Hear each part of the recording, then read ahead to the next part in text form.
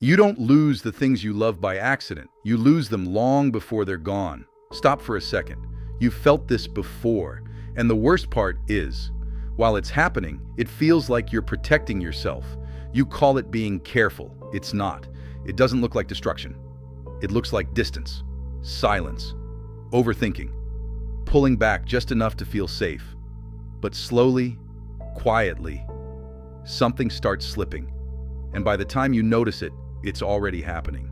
You start ruining the very thing you were afraid to lose. And you don't even notice it until it's already gone. Because what you're fighting isn't them. It's something inside you, something that learned a long time ago. That love doesn't stay. Not permanently, not safely, not without cost. So now, every time something real gets close to you, you don't relax. You prepare. You prepare for it to disappear. You prepare for it to change. You prepare for it to hurt you. You don't trust love. You prepare for its ending. And that's where it starts. Not with a big mistake, not with one dramatic moment, but with small, invisible shifts in the way you think. You start analyzing everything. A late reply suddenly means something is wrong. A different tone in their voice feels like distance. A small change in their behavior becomes a sign they're pulling away. And instead of asking, instead of staying present, you go inside your head. You replay conversations. You imagine scenarios. You create meanings that were never there. You fill in silence with fear. You replace reality with interpretation. And once that pattern starts, you repeat it without noticing. It becomes automatic, not a decision, a reflex. You stop reacting to them and start reacting to your fear of losing them, not reality. Projection. That's where it turns. Because now, you're not loving them anymore. You're trying to control the outcome. Not control, fear. You start adjusting yourself. So you pull back a little, just in case. You act less interested, just in case. You stop showing how much you care, just in case. You delay your replies. You soften your emotions. You hide your attachment. Because in your mind, if you don't fully invest, you won't fully break. You think you're protecting yourself. You're pre-rejecting them. But here's what you don't notice. That distance you create to protect yourself is the same distance that slowly pushes them away. They feel it. They feel the hesitation, the inconsistency, the emotional gaps you think you're hiding, the moments where you're there and then suddenly not, and they don't understand why. Because from their side, nothing changed. They didn't pull away. They didn't lose interest. They didn't suddenly decide to care less. But from yours, everything did. This is the part you don't see. You think you're responding to something real. But most of the time, you're responding to something that hasn't even happened yet. You don't fear losing them. You fear being surprised when they leave. You're reacting to a future loss that only exists in your mind, and your behavior starts matching that imagined ending. So you start behaving like it's already over. You become harder to reach, harder to read, harder to connect with. Not intentionally, but consistently.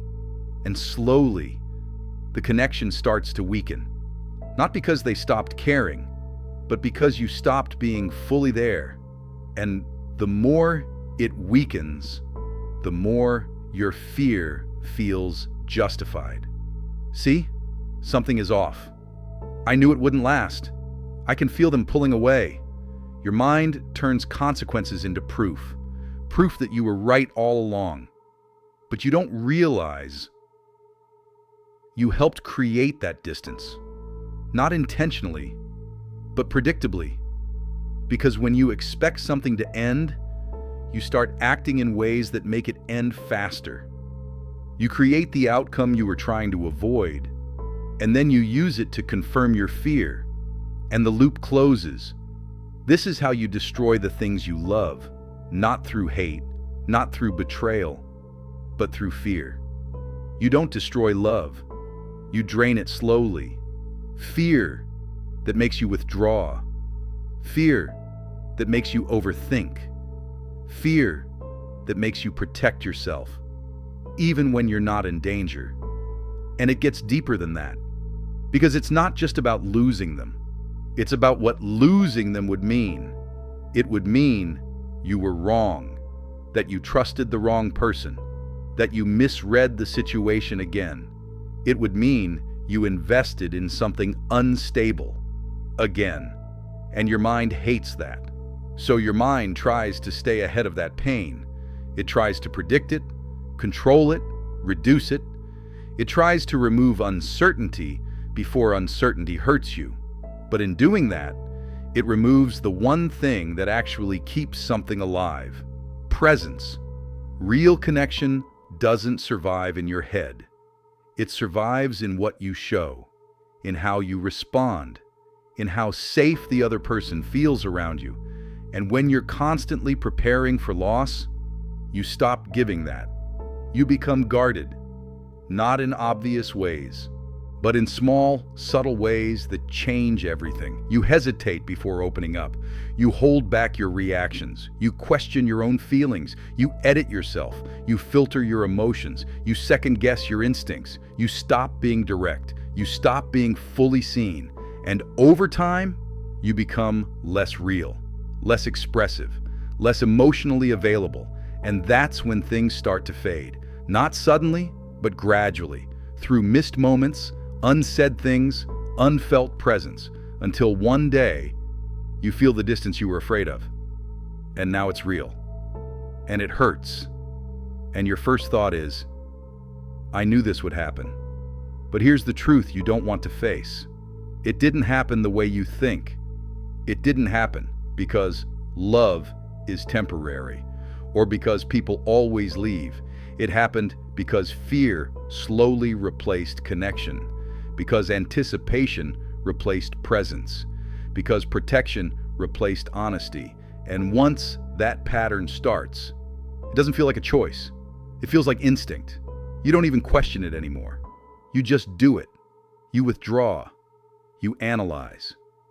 You hold back. Again and again and again. Same pattern, different person. You're no longer building something. You're managing a loss that hasn't even happened yet. And that destroys everything, because love doesn't disappear overnight. It gets drained through doubt, through hesitation, through emotional distance that builds quietly over time until there's nothing left to hold on to. And by then, you don't even remember when it started changing. That's what makes it dangerous, because it doesn't feel like you're doing anything wrong. It feels like you're being careful, smart, aware, prepared. But what you're actually doing is slowly disconnecting from the very thing you want to keep. And the more you repeat this pattern, the more it becomes who you are. You start expecting things to fail. You start trusting less. You start closing off earlier each time. You become someone who leaves before being left, until eventually you don't destroy the things you love. You stop letting yourself love anything fully at all. And that's the real cost. Not the relationships you lost, but the version of you that never got to experience something real, without trying to control how it ends.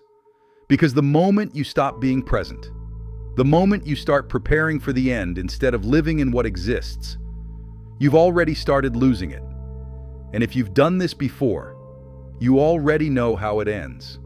It ends the same way, just with a different person, different face, same pattern. And this time, it's not because someone left. It's because you were never fully there to begin with.